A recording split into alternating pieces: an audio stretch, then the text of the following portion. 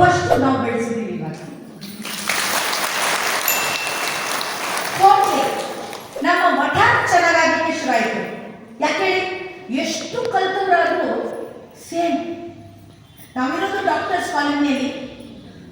ಒಂದು ಗಿಡ ಮರ ಇದೆ, ಆ ಗಿಡ ಹಿಂಗೆ ಬಗ್ಗೆ ಬೇರೆ ಕಂಪೌಂಡ್ ಮೇಲೆ ಬರುತ್ತೆ.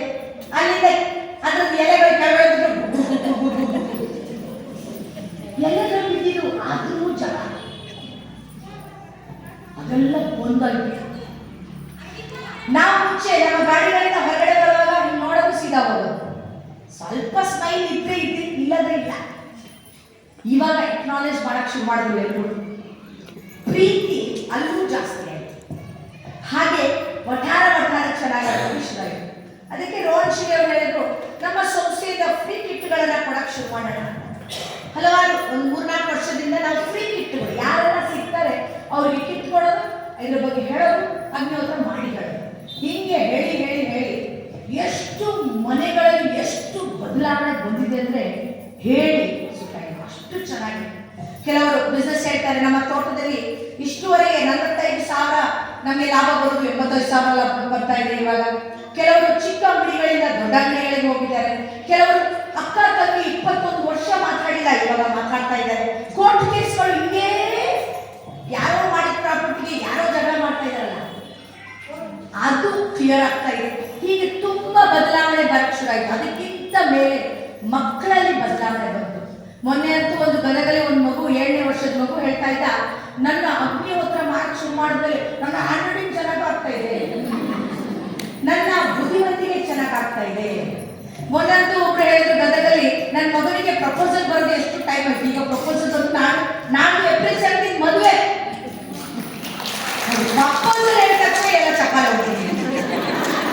ಆದ್ರೆ ಈಗ ಸಾರಿ, ಇಲ್ಲಿ ಕೂತವ್ರು ಯಾರೆಲ್ಲ 90% ಮನೆ ಬೇಡ ಇರುವಂತ ಹೊರಗಡೆ ಬರೋದು ಜಾಸ್ತಿ.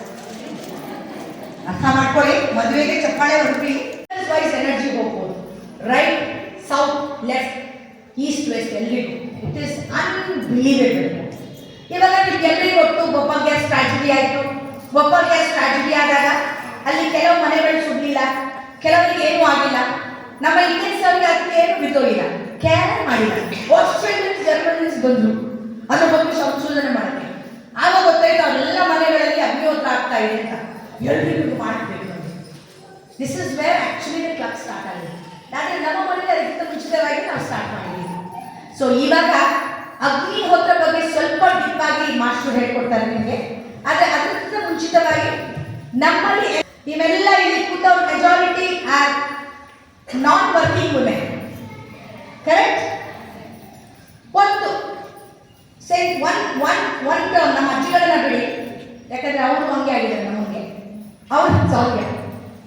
ಯಾಕಂದ್ರೆ ಎಲ್ಲ ಒಂದು ಅಜ್ಜಿ ಹೇಳ್ತಾ ಇದ್ದೆ ನಾನು, ಅಜ್ಜಿ ನೀವು ಮಾತಾಡ್ತಾನೆ ಇದ್ದೀರಾ ಒಂದು ಮಗು ಕೂತಿದ್ದಾರೆ ಇಲ್ಲಿ ದೊಡ್ಡ there is such a beautiful tree, ಅದನ್ನ ಪೂಜಿಸುವಂತ ಟ್ರೀ, ಅದ್ರ ಕೆಳಗಡೆ ಒಂದು ಫೋನ್ ಮಾತಾಡ್ತಾ ಇದ್ರಿ, ಇನ್ನು ಆಗ್ತಾನೆ ಏನು ಕೇಳ್ಕೊಡ್ತಾ ಇದ್ದೀವಿ ಅಂತ ಹೇಳಿದೆ ನಾನು. ಇವಾಗ ಎನರ್ಜಿ ಅಂತ ಹೇಳುವಾಗ ನಾವೆಲ್ಲ ಮನೆಯಲ್ಲಿರುವಂಥ ಹೆಂಗಸರ ಕೇಳಂತೆ, ನನಗೆ ಒಂದು ತಂದಿಡಿ, ನನ್ನ ಹತ್ರ ಟೈಮ್ ಇದೆ ಅಂತ ಹೇಳೋರು. ನನಗಂತ ಲೇಡೀಸ್ ಸಿಕ್ಕಿದ್ದಾರೆ ಇಷ್ಟುವರೆಗೆ, ನನಗೆ ಟೈಮ್ ಇದೆ ಅಂತ ಹೇಳೋದು. ಎಲ್ಲರೂ ಟೈಮ್ ಇಲ್ಲ. ನಾನು ಯಾವಾಗಲೂ ಹೇಳೋದು ಟೈಮು ಮಾಡ್ಬೋದು ಆದರೆ ಮಾಡಬೇಕು. ಇಂಪಾರ್ಟೆಂಟ್. ಇನ್ನೊಂದು ಪ್ರಶ್ನೆ ಕೆಲವರು ಕೇಳ್ತಾರೆ, ನಾನು ಬೆಳಿಗ್ಗೆ ಮಾಡಕ್ಕೆ ಶುರು ಮಾಡಿದೆ, ಆಮೇಲೆ ಬೆಳಿಗ್ಗೆನೇ ಮಾಡ್ತಾ ಇರ್ಬೇಕಾನೋ, ಬೆಳಿಗ್ಗೆ ಮಾಡಿದ್ರ ನೆಕ್ಸ್ಟ್ ಡೇ ಮಾಡೋಕ್ಕಾಗಿಲ್ವೋ, ಸಾಯಂಕಾಲ ಮಾಡಿ. Okay, yes. ಟೈಮಿಂಗ್ ಸೂರ್ಯ ಅಸ್ತ ಆಗುವ ಟೈಮ್ ನಿಮ್ಮ ಗೂಗಲಲ್ಲಿ ಸರ್ಚ್ ಮಾಡಿ. ಈ ನರಗುಂದ, ಸರಿ ಕರೆಕ್ಟ್ ಅಲ್ಲ? ನರಗುಂದ ಸನ್ರೈಸ್ ಟೈಮ್, ನರಗುಂದ ಕನ್ನಡದಲ್ಲಿ ಹಾಕು, ಇಂಗ್ಲೀಷಲ್ಲಿ ಹಾಕಿ, ಇವತ್ತು ಡೇಟ್ ಹಾಕಿ ಬರುತ್ತೆ. ಸನ್ಸೆಟ್ ಟೈಮ್ ನರಗುಂದ ಡೇಟು ಬರುತ್ತೆ. No problem. ಅದಕ್ಕೊಂದು ಕಥೆ ಹೇಳ್ತೀನಿ, ಅದಕ್ಕೊಂದು ನಿಮಿಷ. 36 ಪೀಸ್ ಇದೆ, 40 ರೂಪಾಯಿ ಕೊಡ್ತಾ ಇದ್ದೀವಿ. ಆ ಕುಳ್ಳುಗಳಿಗೆ ನಮಗೇನಾದರೂ ಫೋನ್ ಮಾಡಿ ಹೇಳಿದ್ರೆ ನಾವು ಡೈರೆಕ್ಟಾಗಿ ಹೆಂಗಸರಿಗೆ ಫೋನ್ ಮಾಡ್ತೀವಿ. ಕೆಲವು ಕುಳ್ಳುಗಳಲ್ಲಿ ನಾವು ಪ್ಲಾಸ್ಟಿಕ್ಕಲ್ಲಿ ನಂಬರನ್ನು ಹಾಕಿರ್ತೀವಿ, ನೀವೇನಾದರೂ ಡೈರೆಕ್ಟ್ ಅವರಿಗೆ ಫೋನ್ ಮಾಡಿ ಕೇಳಿದ್ರೆ 75 ರೂಪಾಯಿಗೆ ನಿಮಗೆ ಕೊಡ್ತಾರೆ. ಈಗ ಆ ಗ್ರಾಮೀಣ ಪ್ರದೇಶದ ಹೆಂಗಸರು, ಯು ವಾಂಟ್ ಬಿಲೀವ್ ಇಟ್, ಅವರು 18,000 30,000 ತನಕ ಅರ್ನ್ ಮಾಡ್ತಾ ಇದ್ದಾರೆ. ಹಿಂದಕ್ಕೆ ತೆಗೀರಿ ಚಿಮಟೆಯಲ್ಲಿ, ಇನ್ನೊಂದು ಹೊಸ ಕಡ್ಡಿಯನ್ನು ಉಪಯೋಗಿಸಿ ಹಿಡೀರಿ. ಕರೆಕ್ಟ್ ಆಗಿ ಹಾಫ್ ಮಾಡ್ಕೊಳ್ಳಿ ಫಸ್ಟಿಗೆ. ಓಕೆ, ಒಂದು ಕೊಳ್ಳನ್ನು ಹಾಫ್ ಆಗಿ ಇಟ್ಕೊಳ್ಳಿ. ಮತ್ತೆ ನೆಲದಲ್ಲಿ ಸ್ಟ್ಯಾಂಡು ಮತ್ತೆ ಅದರ ಮೇಲೆ ನಿಮ್ಮ ಪಿರಮಿಡ್. ಓಕೆನಾ? ಅಗ್ನಿಕುಂಡವನ್ನು ಇಡಿ. ಈಗ ಒಂದು ಹಾಫ್ ಅನ್ನು ಒಳಕ್ಕೆ ಇಟ್ಕೊಳ್ಳಿ. ಒಂದು ಕುಳ್ಳನ್ನ ಅರ್ಧ ಮಾಡೋದು, ಒಂದು ಅರ್ಧ ಕುಳ್ಳನ್ನ ಫಸ್ಟ್ಗೆ ಕೆಳಗಡೆ ಕೊಡು. ಆಲ್ ದ ಲೇಡೀಸ್ ಲಿಸನ್ ಮಾಡಿ, ನಮಗೆ ಕೇಳುವಂತ ಶಕ್ತಿ ಸ್ವಲ್ಪ ಕಡಿಮೆ. ತುಂಡು ಮಾಡಾಕ್ತೀರಾ ಮತ್ತೆ. 6,000 ಜನರಿಗೆ ಟ್ರೈನಿಂಗ್ ಮಾಡಿದೀವಿ, ಅದಕ್ಕೆ ಹೇಳ್ತಾ ಇದ್ದೀನಿ. ತುಂಬಾ ಚಿಕ್ಕ ತುಂಡು ಮಾಡಬೇಡಿ, ಕೇವಲ 3 ಮಾತ್ರ ತೆಗೀರಿ. ಫಸ್ಟ್ ಒಂದನ್ನ ಅರ್ಧ, ಫುಲ್ ಅರ್ಧ. ಪಕ್ಕದವ್ರು ನೋಡ್ಲೇಬೇಡಿ, ಕಾಪಿ ಹಿಡಿದು ಫೇಲ್ ಆಗಬೇಡಿ. ಅವ್ರು ಮಾಡಿದ್ರೆ ಹಿಂಗೆ ನೋಡಿ ಸುಮ್ಮನೆ ರೀ. Okay, yes. ಈಗ ನಾವೀಗ ತುಪ್ಪ ಮತ್ತೆ ಅಕ್ಕಿ ಈಗಲೇ ಹಾಕ್ತೀವಿ. ನಿಮಗೆ ನಿಮ್ಮ ಪ್ಯಾಕೆಟ್ ಒಳಗಡೆ ಇದೆ ಇದು. ಈ ಪ್ಯಾಕು ಮತ್ತೆ ಅಕ್ಕಿ ಇದೆ. ಈ ಅಕ್ಕಿ ಇಡೀ ಅಕ್ಕಿ, ಕಟ್ ಆಗೋದಲ್ಲ, ಕಟ್ ಪೀಸ್ ಅಲ್ಲ, ಇಡೀ ಅಕ್ಕಿ. ಬಿಳಿ ಆಗುತ್ತೆ, ಕೆಂಪು ಆಗುತ್ತೆ, ಅನ್ಪಾಲಿಶ್ಡ್ ಇರಬೇಕು. ಓಕೆನಾ? ಅದಕ್ಕೆ ಸ್ಯಾಂಪಲ್ ಆಗಿ ಒಂದು ಕೆಂಪು ಅಕ್ಕಿ ಕೊಟ್ಟಿದ್ದೀವಿ.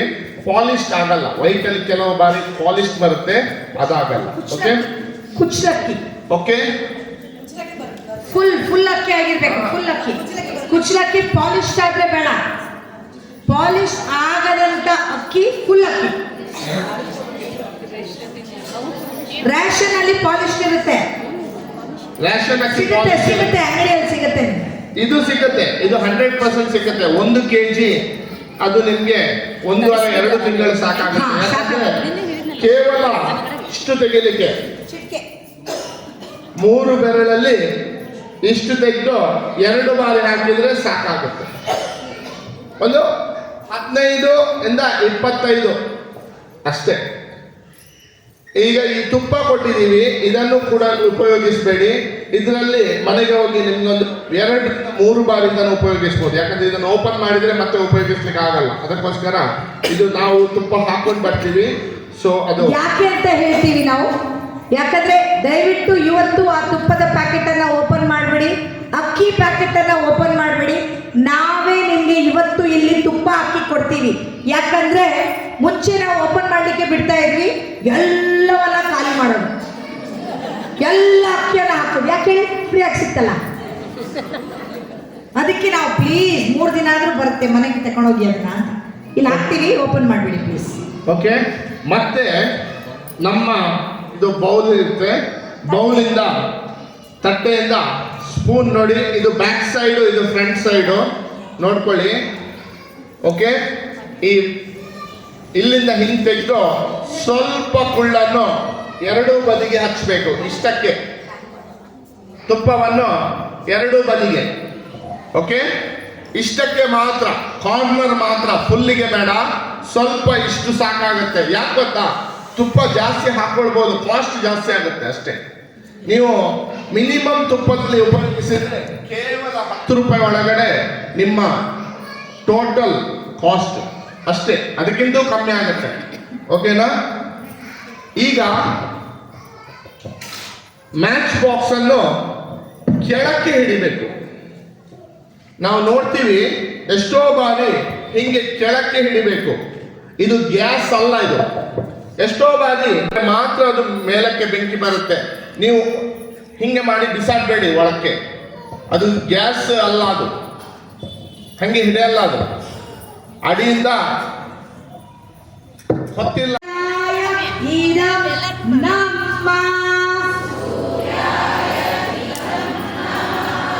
ಪ್ರಜಾಪತಯೇ ಸ್ವಾಹಾ, ಪ್ರಜಾಪತಯೇ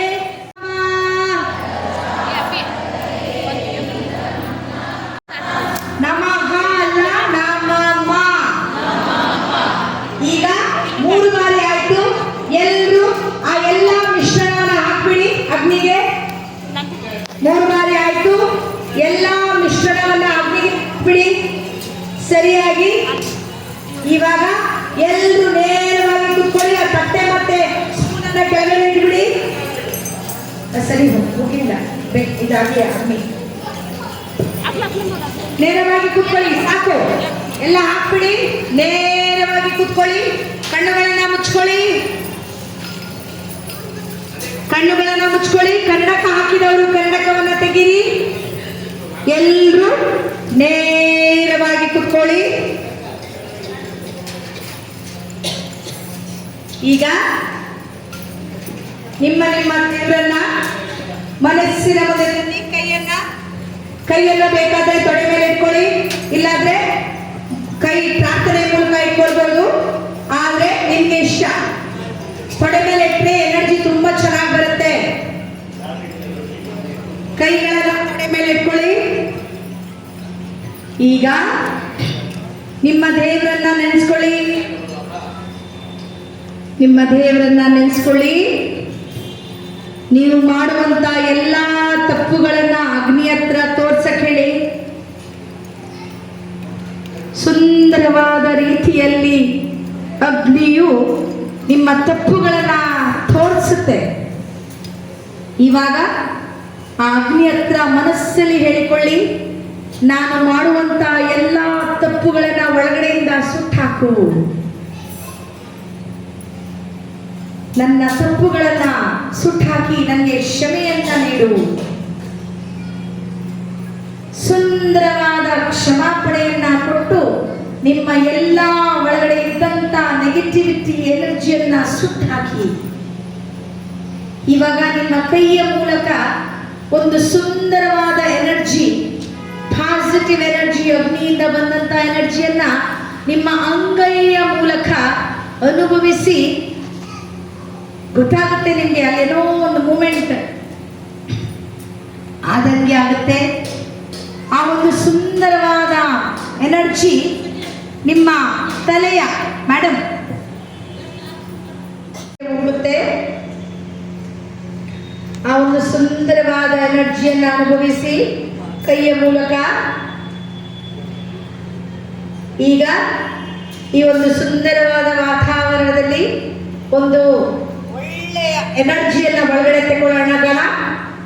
ಬ್ರೀದ್ ಇನ್, ಉಸಿರಾಟವನ್ನ ಒಳಗಡೆ ತಗೊಂಡು ಹೋಗಿ ನಿಧಾನವಾಗಿ ನಿಮ್ಮ ಉಸಿರಿನ ಮೇಲೆ ಗಮನ ಇರಲಿ.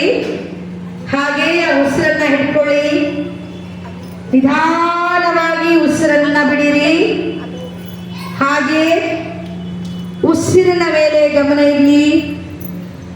ಬ್ರೀದ್ ಇನ್, ಉಸಿರ ಮೇಲೆ ಗಮನ ಇರಲಿ. ಆ ಉಸಿರನ್ನ ಹಿಡ್ಕೊಳ್ಳಿ.